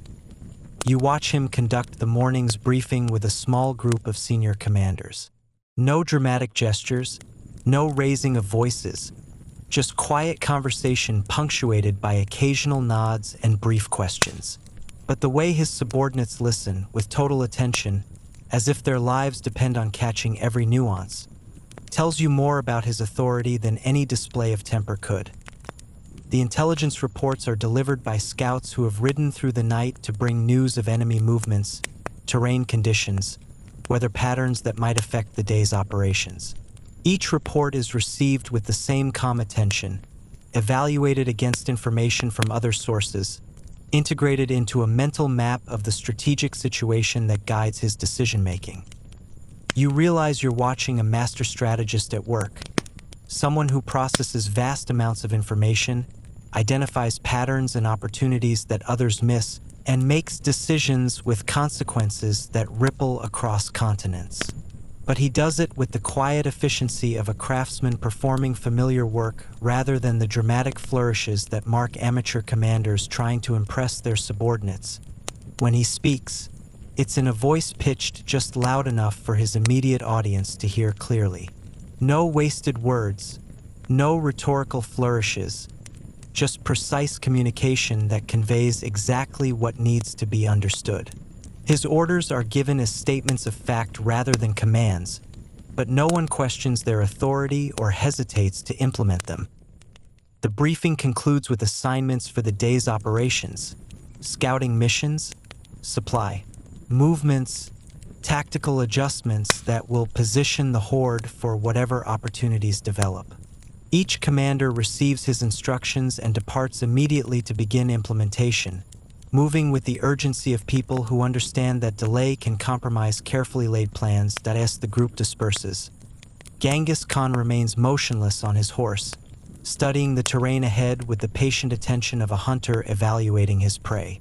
You follow his gaze and try to see what he sees: the hills and valleys that might conceal enemy forces, the river crossings that could become bottlenecks, the high ground that offers tactical advantages to whoever controls it. Gradually, you begin to perceive the landscape differently. What appeared to be empty grassland reveals itself as a complex network of opportunities and dangers, routes and obstacles, positions that could be exploited or must be avoided. This is how a master general sees terrain, not as static geography, but as a dynamic system of tactical possibilities. He notices your observation and turns slightly in your direction. For a moment, his attention focuses on you with an intensity that seems to penetrate your skull and examine your thoughts directly. You feel evaluated, measured, categorized according to criteria you don't understand. Then he looks away, dismissing you as irrelevant to his immediate concerns. But in that brief contact, you sense something that explains his extraordinary success: the ability to assess people and situations with uncanny accuracy, to identify strengths and weaknesses that others overlook, to understand human motivation at levels that allow him to predict and manipulate behavior. This is the skill that has allowed him to unite the fractious Mongol tribes, to inspire fanatical loyalty from conquered peoples, to outmaneuver enemies who should have every advantage. He understands people, their fears, their desires, their breaking points, with the precision of a surgeon understanding anatomy. Throughout the morning, you observe him managing the countless details that keep an army functioning in hostile territory. Supply schedules are adjusted to account for changing tactical requirements. Personnel assignments are modified based on new intelligence about enemy capabilities. Equipment priorities are shifted to ensure that critical items are available when and where they're needed. But he also attends to the human elements that maintain morale and effectiveness. He stops to speak with wounded warriors, acknowledging their sacrifice and ensuring they understand their continued value to the organization. He observes training exercises, noting which young warriors show promise and which might benefit from additional instruction. Most importantly, he maintains the careful balance between accessibility and authority that marks effective leadership. Warriors can approach him with problems or suggestions, but they do so with the respectful attention that his position demands. He listens to input from subordinates while making it clear that final decisions rest with him alone. The most striking aspect of his leadership style is its complete absence of theatricality. He doesn't need to prove his authority through dramatic displays or emotional manipulation. His power rests on demonstrated competence, successful results, and the unwavering support of people who have seen him lead them to victory after victory. You watch him examine a captured weapon, a crossbow of unusual design that might represent a tactical innovation worth adopting. He tests its balance, examines its mechanism, questions the warrior who brought it about its effectiveness in combat. If the weapon proves useful, it will be reverse engineered and incorporated into Mongol equipment. If not, it will be discarded without sentiment. This pragmatic approach to innovation extends to every aspect of his leadership. Traditions are maintained when they serve useful purposes, discarded when they become obstacles to effectiveness. Personnel are promoted based on demonstrated ability rather than family connections or political considerations. Resources are allocated according to strategic priorities rather than personal preferences. But beneath the systematic efficiency, you sense the enormous psychological pressure that his position entails. Every decision affects thousands of lives. Every mistake could compromise campaigns that have required years of preparation. Every day brings new challenges that must be addressed with limited information and uncertain outcomes. The isolation must be almost unbearable. He can't share his doubts or fears with subordinates whose confidence depends on believing in his infallibility. He can't afford the luxury of indecision or uncertainty that others might express without consequences. He must project absolute certainty while privately managing the constant stress of responsibility for an empire that spans half the known world. As afternoon approaches, a messenger arrives with reports from distant campaigns, armies operating hundreds of miles away, pursuing objectives that fit into strategic plans only he fully understands.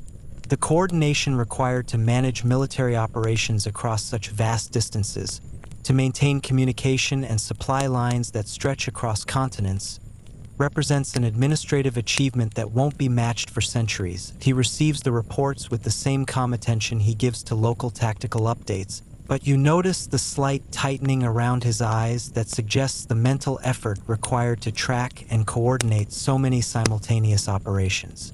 This is leadership at a scale that few humans have ever attempted, and the cognitive demands must be enormous. Late in the afternoon, he performs an inspection of the horse herds that represent the foundation of Mongol military power. He examines individual animals with the expert eye of someone who understands that cavalry effectiveness depends on mount quality, noting which horses show signs of fatigue or injury that might affect their performance. The herders who accompany him speak freely about their animal's condition, secure in the knowledge that honest assessment serves everyone's interests better than optimistic reports that might lead to tactical failures. This openness about problems and limitations creates an information flow that allows for realistic planning and preparation. As evening approaches and the day's march concludes, He oversees the establishment of the knight's defensive perimeter with the same careful attention to detail that has characterized all his activities. Sentry positions are selected to provide overlapping fields of observation. Supply areas are positioned to be easily defended and quickly evacuated if necessary. Escape routes are identified and communicated to subordinate commanders. Even in routine activities, he demonstrates the systematic thinking that has made the Mongol military machine so effective. Nothing is left to chance. Every contingency that can be anticipated is planned for. Backup plans exist for the backup plans, creating a decision-making structure that can adapt to unexpected developments without losing coherence. Finally, as darkness settles over the camp and the business of the day concludes, he allows himself a moment of apparent relaxation. He sits by a small fire, sharing fermented mare's milk with a few senior commanders, engaging in the kind of informal conversation that maintains personal relationships within the command structure. But even this apparent casualness serves multiple purposes. The conversations provide opportunities to assess subordinates' thinking, to gather informal intelligence about morale and problems, to reinforce the personal bonds that ensure loyalty during difficult periods. You realize that everything he does serves the larger objective of maintaining and expanding Mongol power. There are no purely personal moments, no activities that don't contribute somehow to the Empire's success. He has become completely identified with his role, sacrificing individual desires to the demands of leadership at the highest level. That as the fire burns lower and the group begins to disperse, he nods in your direction, a brief acknowledgement that seems to carry more significance than its brevity would suggest. Not approval exactly, but recognition that you've managed to survive this long without becoming a liability to the organization. Then he disappears into the darkness, probably to conduct the private conferences and planning sessions that prepare for tomorrow's challenges. You're left with the memory of observing one of history's most significant figures during the routine activities that built and maintained the largest land empire in human history. The stars emerge overhead, the same stars that have watched the rise and fall of countless empires, that will continue to shine long after the Mongol achievement passes into legend. Under their light, you prepare for another night of fitful sleep, knowing that tomorrow will bring new tests of your ability to survive in a world shaped by forces beyond your understanding or control. The fire crackles softly beside you, its warmth a gentle comfort against the growing cold of the steppe night. You lie on your blanket, exhausted beyond the point where sleep comes easily, your body aching with the accumulated fatigue of weeks in the saddle. But for the first time since joining the horde, the pain feels manageable, the discomfort familiar rather than overwhelming around you. The quiet sounds of the camp settling into rest create a rhythm that has become comforting in its predictability. Horses moving restlessly in their picket lines, the soft murmur of conversations dying away, the gentle whisper of wind across grassland that stretches endlessly in all directions. Someone near the fire is sharpening a blade with long, patient strokes that create a soft, metallic whisper against the whetstone. The sound is hypnotic, regular as breathing, speaking of the constant attention to detail that keeps weapons ready for whatever tomorrow might bring. But the blade seems to be getting duller rather than sharper, the sound fading to a gentle susurrus that blends with the wind. The warrior working on it moves more slowly, his motions becoming dreamlike, as if he's performing the maintenance ritual in his sleep. The air grows warmer despite the late hour, despite the season's progression toward winter. The harsh bite of steppe wind softens to a gentle breeze that carries scents of grass and distant flowers rather than the harsh smells of horse sweat and leather that have dominated your senses for so long. You are no longer riding, just floating on that warm wind, carried across the grassland without effort or pain. Your horse has become unnecessary, left behind with the saddle sores and blisters and constant ache of muscles pushed beyond their limits. The landscape below drifts past like a living map, revealing details that were invisible from horseback. You see the intricate patterns of streams and valleys, the subtle variations in grass color that speak of soil differences and seasonal changes, the animal trails that crisscross the steppe in networks older than human memory. The horde itself becomes visible from this elevated perspective, a dark stream flowing across the grassland like a river of purposeful motion. But it's smaller than it seemed from within, just one element in a landscape vast enough to absorb countless armies without changing its essential character. The individual warriors who seemed so formidable, so perfectly adapted to their harsh environment, appear fragile from this height. Tiny figures clinging to their horses, carrying their weapons and ambitions across terrain that dwarfs their significance. Brave, certainly, and skilled beyond question, but ultimately as transient as the shadows they cast on the grass. You begin to understand something about perspective, about the relationship between human endeavor and the larger rhythms of history and geography. The Mongol Empire, vast as it is, represents only a moment in the longer story of these grasslands. Other peoples have crossed this terrain, other armies have pursued their conquests, other empires have risen and fallen while the steppe endured. The wind carries you higher, until the entire Asian continent spreads below you like a relief map rendered in living color. The Mongol Empire becomes visible as a spreading stain of human organization, reaching from the Pacific to the borders of Europe, encompassing territories and populations that boggle comprehension. But even this vast achievement appears temporary from such height.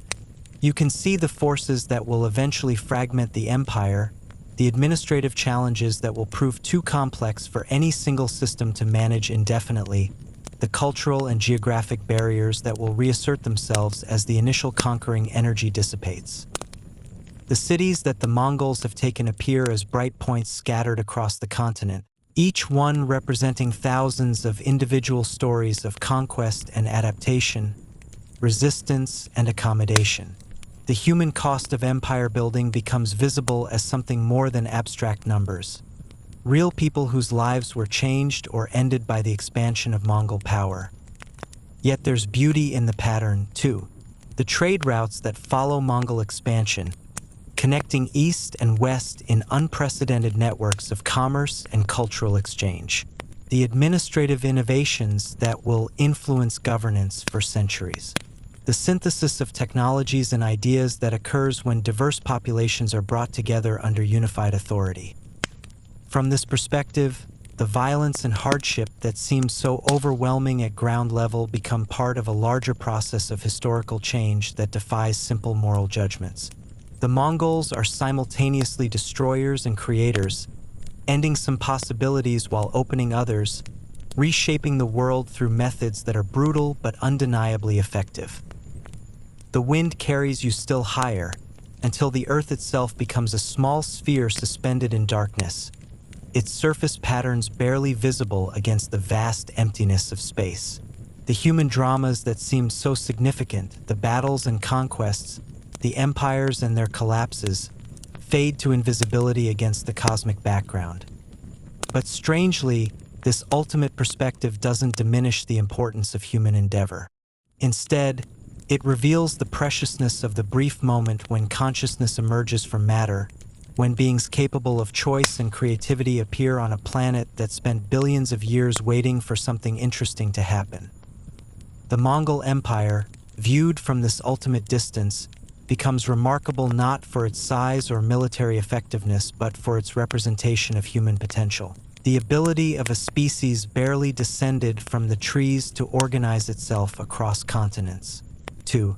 Coordinate activities on scales that dwarf individual comprehension to reshape environments according to collective will. You float in this cosmic perspective for a timeless period, understanding finally that the pain and fear and exhaustion you've experienced are part of something larger than personal discomfort. You've participated, however marginally, in one of history's most significant experiments in human organization.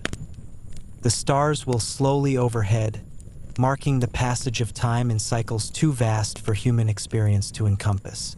Civilizations rise and fall, continents drift across the planet's surface, Species appear and vanish while the universe expands into ever greater emptiness.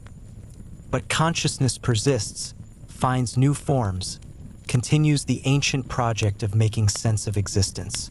The Mongol Empire will pass, but the human capacity for organization and achievement that it represents will find new expressions, tackle new challenges, reach toward possibilities that haven't yet been imagined. Gradually, you begin to descend from these cosmic heights, drawn back toward the specific time and place where your body waits by a dying fire on the Central Asian steppe. The journey back through scales of perspective returns you to awareness of physical sensation, of the particular rather than the universal.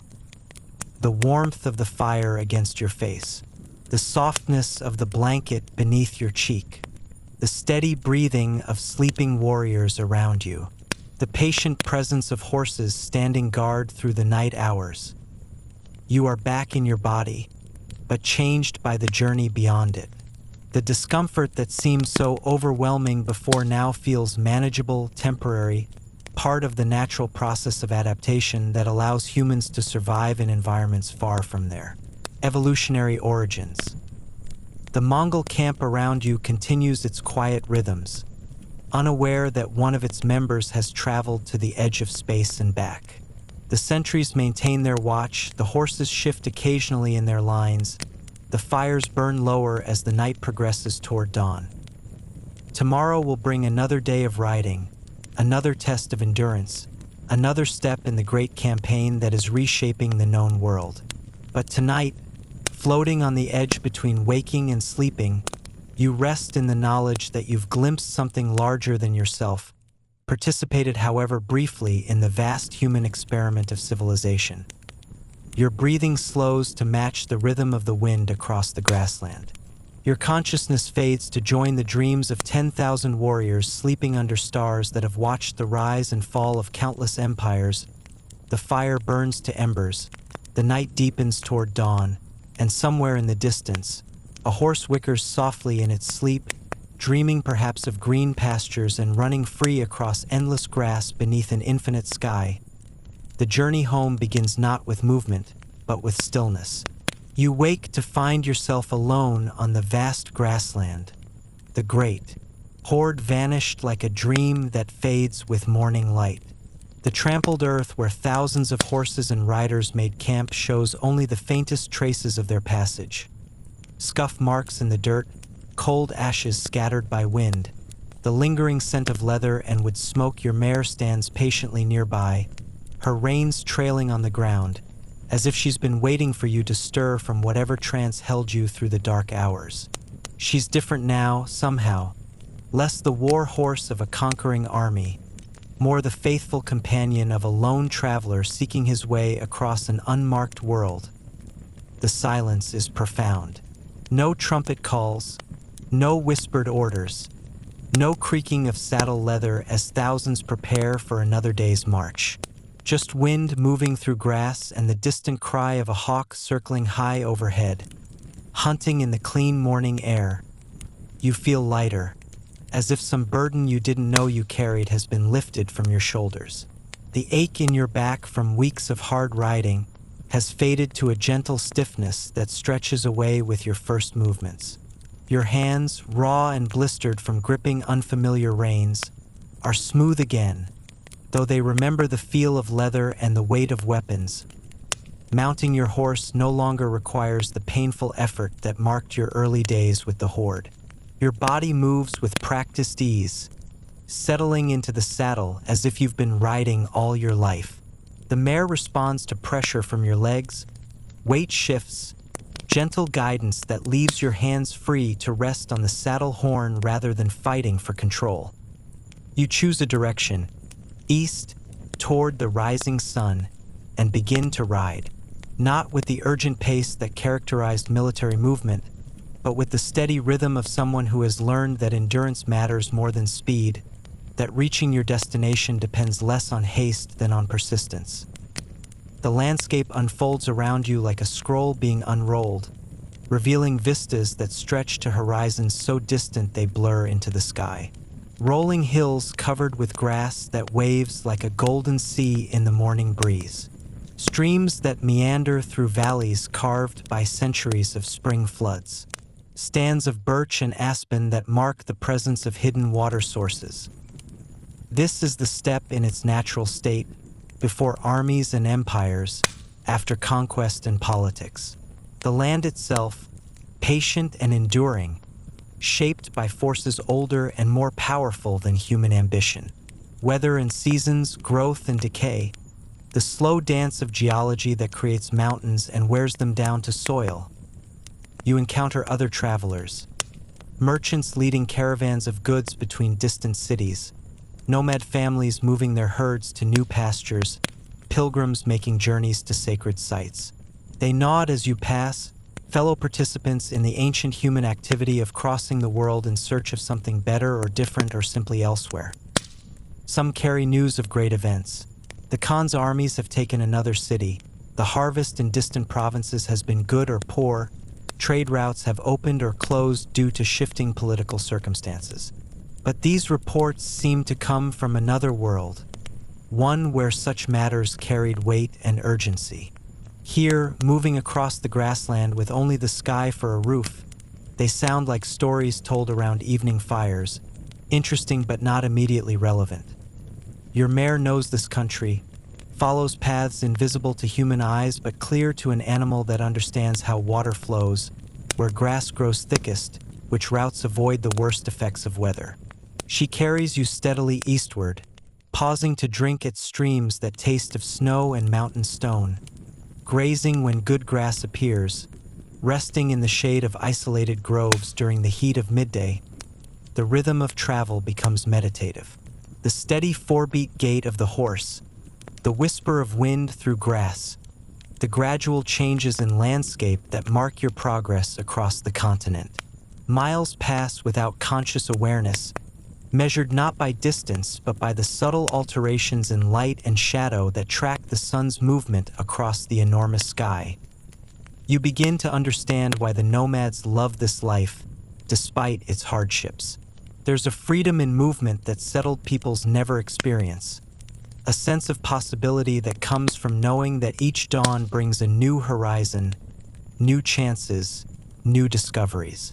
The world becomes your home rather than any single place, and home becomes wherever you happen to make camp when darkness falls. At night, you build small fires from dry dung and scrub wood, cooking simple meals of dried meat and mare's milk cheese. The stars emerge with a brilliance impossible in more populated areas, the Milky Way stretching across the sky like a river of light flowing toward destinations beyond imagination. You sleep deeply, dreamlessly, your body finally adapted to the demands of constant travel. The ground beneath your blanket no longer feels hard. The night sounds no longer startle you awake. You've become part of the landscape's rhythm, another creature moving across ancient paths toward purposes that need no justification beyond the journey itself. Days blur together in a continuous flow of movement and rest, weather and landscape, small adventures and quiet satisfactions. You learn to read the sky for signs of approaching storms, to recognize the plants that provide food or medicine, to understand the behavior of the animals that share the grassland. The mare becomes your closest companion, her moods and needs as familiar as your own. She warns you of dangers your human senses can't detect, leads you to water when your supplies run low, chooses safe routes through terrain that could trap or injure the unwary. In return, you care for her with the attention that life on the steppe demands, checking her hooves for stones, watching for signs of lameness or illness, ensuring she gets the food and rest necessary to maintain her strength. Gradually, the landscape begins to change. The grass becomes shorter, interspersed with patches of scrub and sand. The air carries different scents: salt from a distant sea, smoke from settlements growing larger and more frequent. The paths you follow begin to show the wear of increased traffic, merchants and travelers convergent on destinations that remain beyond your horizon. Point one morning. You wake to find the eastern sky hazed with something more than natural mist. Smoke rises in the distance, not the thin columns of campfires, but the heavy clouds that mark the presence of cities. The concentrated human activity that transforms landscape into something else entirely. Your mare raises her head, nostrils flaring as she tests the wind. She too senses the change, the transition from wild country to settled territory. Her step becomes more careful, more alert, as if she's remembering dangers associated with places where humans gather in large numbers. The day's ride brings you to a rise from which you can see your destination. A city spread across the valley below, its walls and towers marking the edge between nomad territory and the agricultural world of farmers and craftsmen. Smoke rises from countless chimneys, and you can hear the distant sounds of commerce and construction, the rumble of human activity that never quite stops in such places. You pause on the hilltop, looking back across the grassland that has been your world for these timeless weeks. The steppe stretches to the horizon, unchanged and unchanging, ready to absorb whatever armies or empires might cross its surface in centuries to come.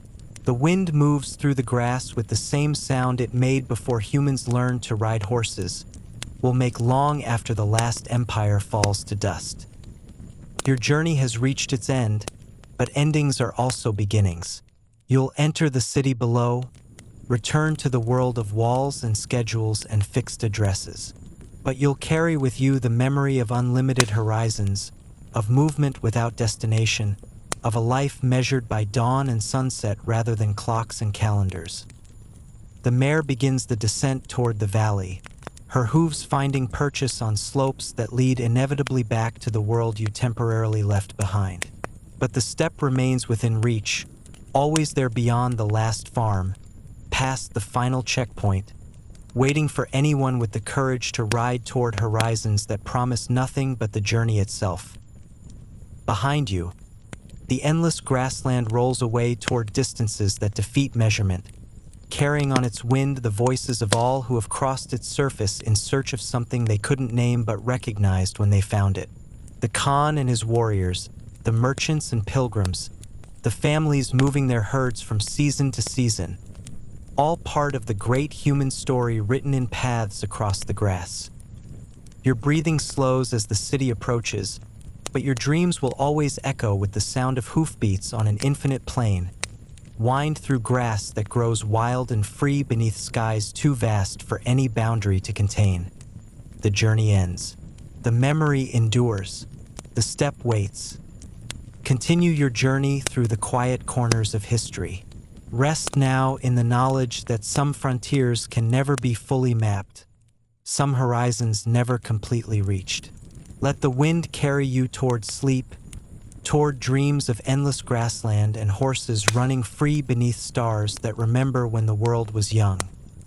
The empire sleeps, the steppe endures, and somewhere in the distance, a horse whickers softly in the darkness, calling you home.